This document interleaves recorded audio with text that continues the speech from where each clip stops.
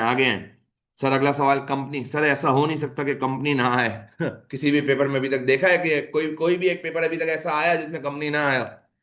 तो आए सर, जरा statement of financial position of NPSC at first Jan. Sir balance BD आपको given है। और सर ये डायरेक्ट अप्रोच का सवाल है। हमने अभी ये जो 2025 के जितने भी पेपर्स किए थे, मई जून और नवंबर, उसमें हर पेपर में कंपनी का इसने वर्क बैक अप्रोच करवाई थी। ये डायरेक्ट अप्रोच वाला सवाल है। तो जिस तरह ओरिजिनली सिखाया था वैसे ही करूंगा बेटा। डायरेक्ट अप्रोच क्या थी? जहां पे बीडी गिवन होता है और सीडी निकालना होता है। और वर्क बैक अप्रोच में क्या सिखाया था आपको? सीडी गिवन होता है और आपको पीछे जाकर बीडी निकालना पड़ता है। तो सर कोई मसला ही नहीं है। वर्किंग की जगह वगैरह नहीं दी हुई, नहीं दी हुई। तो आ जाए सर, हम अभी कर कर लेते हैं हाथ के हाथ। Property was revalued at 740 from 880। Sir आ जाए, मैंने आपको सिखाया था बेटा कि अगर प्रॉपर्टी की डाउनवर्ड रीवैल्यूएशन है तो आपको देखना पड़ेगा कितना डाउन आ रहा है, और उतना मेरे रिजर्व में पैसा है भी या नहीं है। जरा मुझे 880 माइनस 740 करके बताओगे बेटा, डाउनवर्ड एक है कितने से? हाँ भाई, कितने से डाउनवर्ड है सर? कोई बताएगा? बोलो बेटा। 1,40,000। सुन ले सर, बच्चे इसमें गलती करते हैं। सर आपका प्रॉपर्टी 1,40,000 से गिरा है। कैसे सर? 880 का था, आज 740 का हो गया है। उसूलन तो आपको एंट्री बनानी चाहिए रीवैल्यूएशन डेबिट प्रॉपर्टी क्रेडिट 1,40,000। लेकिन अगर आप ये काम करोगे बेटा, मैंने पहले भी आपको बताया था, अगर मैं ये वाला काम करूंगा सर, तो इससे मेरा रीवैल्यूएशन रिजर्व नेगेटिव में चले जाएगा, क्योंकि मेरे रीवैल्यूएशन रिजर्व में 1,10,000 ही पड़े हैं। तो अगर आप रीवैल्यूएशन को डेबिट कर दोगे, तो 1,10,000 माइनस 1,40 तो नेगेटिव 30,000 हो जाएगा। मैंने आपको बताया था कभी भी कैपिटल रिजर्व नेगेटिव नहीं होता। कैपिटल रिजर्व मैक्सिमम जीरो हो सकता है, जीरो से नीचे नहीं गिरेगा। या तो पॉजिटिव होगा या जीरो होगा, नेगेटिव कभी भी नहीं हो सकता। तो सर इस 30,000 को पूरा कहां से करेंगे? सर मैंने आपको बताया था कि रिटेन अर्निंग्स बेचारा सौतेला है बेटा, कंपनी अकाउंट्स का सौतेला बेटा है। कुछ भी कहीं से भी कुछ भी कम होगा ना बेटा, हमेशा रिटेन अर्निंग्स को बलि का बकरा बनाया जाएगा। तो मैं क्या एंट्री बनाऊंगा देखिएगा, मैं रीवैल्यूएशन से मैक्सिमम 1,10,000 ही निकाल सकता हूं, जबकि प्रॉपर्टी की जो वैल्यू गिरी है वो 1,40 गिरी है सर। सर तो ये बाकी 30,000 कौन बेयर करेगा? सर कंपनी का सौतेला बेटा, विच इज रिटेन अर्निंग्स। क्या ये क्लियर है सर? जल्दी बताएं हाँ दोस्त। सर आगे हैं, उसके बाद कहता है बोनस इशू हुआ है 3 ऑर्डिनरी शेयर्स फॉर 5 हेल्ड। यानी सर हमारा बोनस इशू का फ्रैक्शन हो जाएगा 3/5। मैंने आपको सिखाया था, और मैंने आपको बताया था बोनस इशू का जो फ्रैक्शन है वो अमाउंट ऑफ शेयर्स पे लगता है, जो कि हमारे सवाल में 6,60,000 है बेटा। आए जरा वर्किंग कर लेते हैं सर यहाँ पे। Bonus issue 3/5 into 6,60,000। जरा बताओगे कितना डॉलर आता है बोनस इशू का वैल्यू? हाँ भाई, बता दें सर, बोनस इशू का फ्रैक्शन का कितना वैल्यू आता है? हाँ भाई, 396,000। सर क्या पढ़ा था? सबसे पहले हम फाइनेंस करेंगे शेयर प्रीमियम से। अगर वो एग्जॉस्ट हो गया तो अगली बारी जनरल रिजर्व की है। अगर जनरल रिजर्व भी एग्जॉस्ट हो गया तो रिटेन अर्निंग से फाइनेंस करूंगा। तो बोनस इशू का मतलब फ्री शेयर था ना, कैश डेबिट तो होता नहीं, तो रिजर्व से पैसा निकालते। तो मेरे शेयर प्रीमियम में सिर्फ 175,000 पड़े हुए हैं बेटा। तो शेयर प्रीमियम डेबिट 175,000। पूरा शेयर प्रीमियम खाली हो गया बेटा, अगली बारी जनरल रिजर्व की है। सवाल में जनरल रिजर्व नहीं दिया हुआ, तो मुझे रिटेन अर्निंग से फाइनेंस करना पड़ेगा। तो 396,000 में से 175 आपने शेयर प्रीमियम से फाइनेंस कर लिए, तो बाकी जो 2,21,000 बचते हैं वो आपको रिटेन अर्निंग से फाइनेंस करने पड़ेंगे। Ordinary share credit 396,000। उसके बाद हमने क्या, मैंने आपको क्या पढ़ाया था? जब भी शेयर्स इशू करूंगा शेयर कैपिटल को अपडेट करूंगा, क्योंकि आगे अगर डिविडेंड या नया शेयर इशू होगा तो उसका फ्रैक्शन नए अमाउंट ऑफ शेयर्स पे लगेगा। मेरे पुराने शेयर्स की अमाउंट थी बेटा 6,60,000, और इस दफा मैंने 396,000 के और शेयर्स उठाए हैं। तो बता देंगे कितना मेरा शेयर कैपिटल अपडेटेड आता है? बताया था हर शेयर इशू के बाद अपना शेयर कैपिटल अपडेट कर देना। तो बताएं बेटा कितना आता है मेरा शेयर कैपिटल अपडेटेड? बोलो बेटा। 1,056,000। सर उसके बाद सर उसके बाद कहता है dividend of 0.02 per share was paid on all shares in issue at this date. इसका मतलब सर, एट दिस डेट का मतलब 1 सितंबर पे आपकी कंपनी का जो भी शेयर होल्डर है उन सबको डिविडेंड मिलेगा। तो 6,60,000 पे ही अप्लाई नहीं होगा बेटा, नए जो बोनस इशू वाले हैं उनको भी डिविडेंड मिलेगा, क्योंकि आपने बोनस इशू जुलाई में कर लिया था और आप डिविडेंड सितंबर पे बांट रहे हो।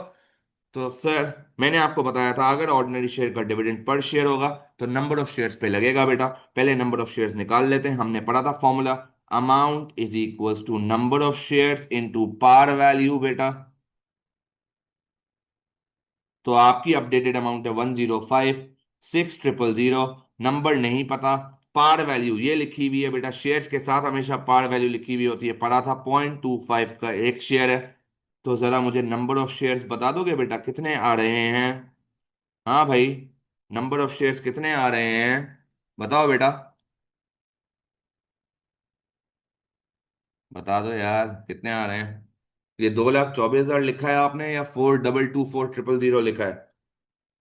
105,600 डिवाइड बाय 0.25। सर तो मेरे नंबर ऑफ शेयर्स आ गए 4,224,000। सर लगा दें उस पर डिविडेंड, आ जाए रेट लगा लेते हैं। 4,224,000 इन 2.25 बेटा, बता दो कितना डिविडेंड आता है। हाँ भाई, सॉरी 0.25 क्यों लगा रहा हूँ, डिविडेंड का रेट है 0.02। बता दो बेटा कितना आ रहा है डिविडेंड। हाँ भाई बताएंगे कितना डिविडेंड आता है सर?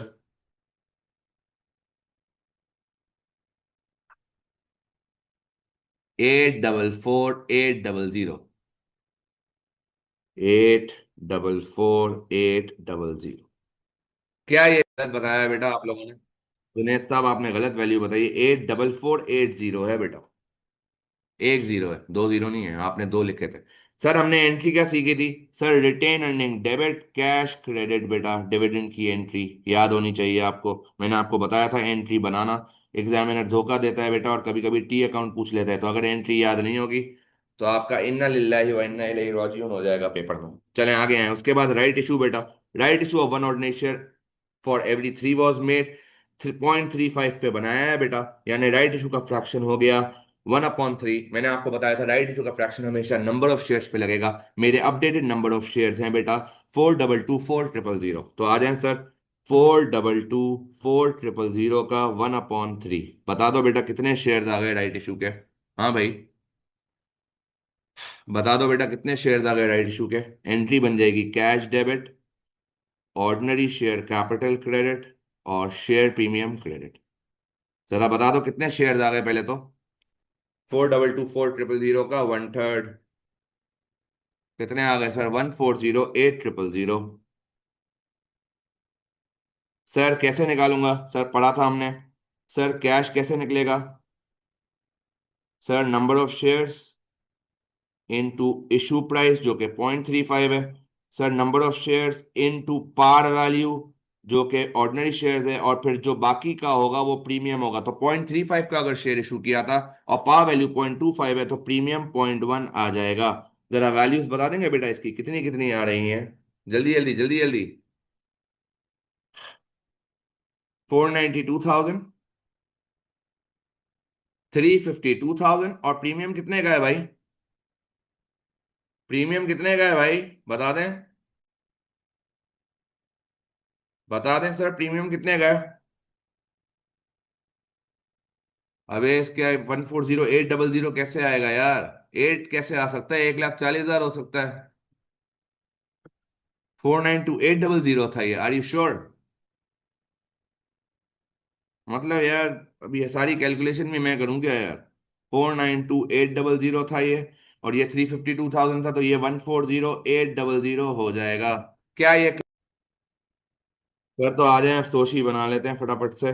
सर अप्रैल में रीवैल्यूएशन हुआ है, 1 अप्रैल। प्रॉपर्टी बेटा, सर रीवैल्यूएशन डेबिट, डेबिट का मतलब सोशी में माइनस होता है बेटा, तो रीवैल्यूएशन में 1,10,000 से माइनस हो जाएगा, और रिटेन अर्निंग में 30,000 से माइनस हो जाएगा, तो टोटल 1,40,000। सर उसके बाद 1 जुलाई को आपने बोनस इशू किया है बेटा। Bonus issue. सर कहाँ एंट्री बनाई थी सर, ये एंट्री बनाई है। शेयर क्रेडिट हो रहा है बेटा 396,000 से, क्रेडिट का मतलब ऐड। और सर शेयर प्रीमियम डेबिट हो रहा है 175 से, और रिटेन अर्निंग 221 से, तो डेबिट का मतलब माइनस। तो 175 भी माइनस हो जाएंगे बेटा, और 221 भी माइनस हो जाएंगे, तो नेट इम्पैक्ट जीरो आएगा बेटा। उसके बाद 1 सितंबर पे आपने डिविडेंड पे किया है बेटा। Dividend paid. सर एंट्री ये रही, रिटेन अर्निंग डेबिट हो रहा है बेटा 84480 से, 84480 डेबिट का मतलब माइनस बेटा।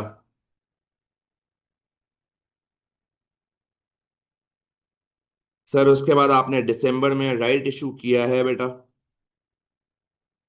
तो ऑर्डिनरी शेयर कैपिटल क्रेडिट हो रहा है 352 से, क्रेडिट का मतलब ऐड। और शेयर प्रीमियम हो रहा है 140,800 से, ऐड। तो टोटल आ गया बेटा 492,800। उसके बाद सर 31 दिसंबर पे प्रॉफिट फॉर द ईयर बेटा। Profit for year. Sir retain earnings में ऐड होता है, बताया था 92,500 है बेटा। जल्दी से सारे जरा मुझे सारे टोटल बता दें बेटा। जल्दी जल्दी सारे टोटल बताएं बेटा कितना आ रहा है। शेयर प्रीमियम तो जीरो है, रीवैल्यूएशन भी जीरो है। शेयर कैपिटल, रीवैल्यूएशन रिजर्व और रिटेन अर्निंग्स, इनका मुझे बता दें बेटा कितना आ रहा है। 140,800 आपका ये आ गया बेटा शेयर कैपिटल। और रिटेन अर्निंग्स बता दो बेटा कितना आ रहा है। 315,800 आपका रिटेन अर्निंग्स आ रहा है। श्योर 315,800 मुझे नहीं लगता।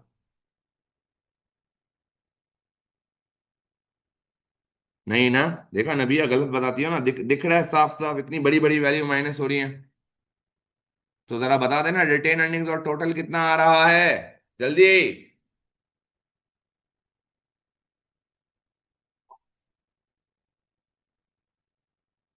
124,020, ओके। और टोटल कितना आ रहा है।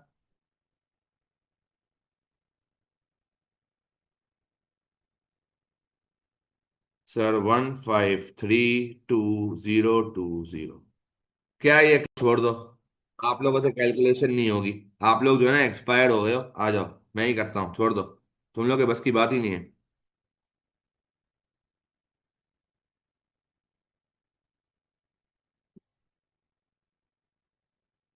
शेयर प्रीमियम बिल्कुल सही आ रहा है भाई, उवेश ने सही बताया है। शेयर प्रीमियम 140, सॉरी, अच्छा आप शेयर प्रीमियम की बात कर रही हैं। तो शेयर प्रीमियम है 140,800। तो अब टोटल चेंज हो जाएगा बेटा, क्योंकि मैंने इन दोनों को ही ऐड किया था।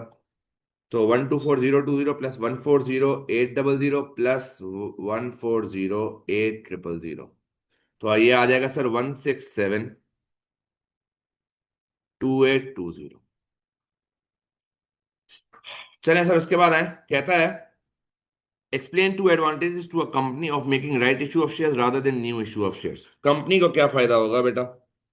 सर पहले तो, अगर आप राइट इशू का मतलब क्या था, एग्जिस्टिंग वालों को बेचना। तो पहली बात तो भाई आपको मार्केट जाने की जरूरत ही नहीं पड़ेगी, आपको कच्चल खुआरी करने की जरूरत ही नहीं है। राइट इशू वालों के पास जाओगे, एग्जिस्टिंग वालों के पास बोलोगे भाई शेयर बेच रहे हैं, वो बोलेंगे हम खरीद लेंगे, क्योंकि अगर वो नहीं खरीदेंगे तो उनकी ओनरशिप डाइल्यूट हो जाएगी। तो सर एडवांटेज क्या होगा। कंपनी में easily raise finance through issuing shares to existing owners of the business. भाई कच्चल खुआरी नहीं होगी।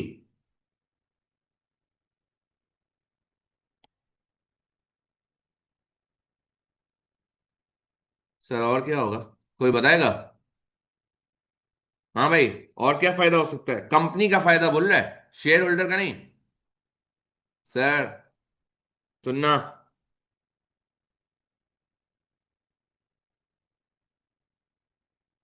इफ कंपनी डज नॉट, मैं देखो शेयर होल्डर के फायदे को कंपनी के फायदे में कैसे लिखवाता हूं बेटा। If company does not issue shares to existing shareholders, their control will be diluted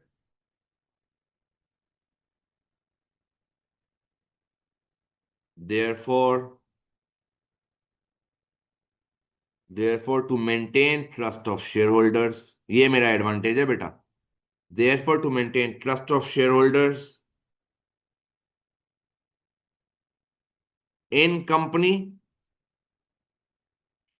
it's beneficial to do right issue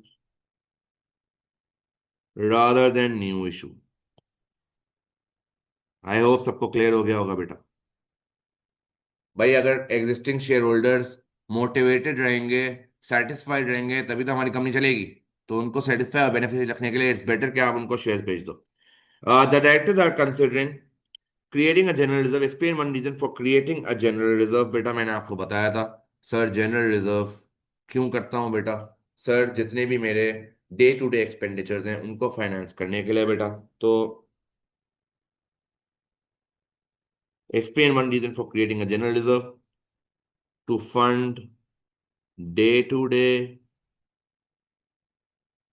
expenditures of the business। चले भाई।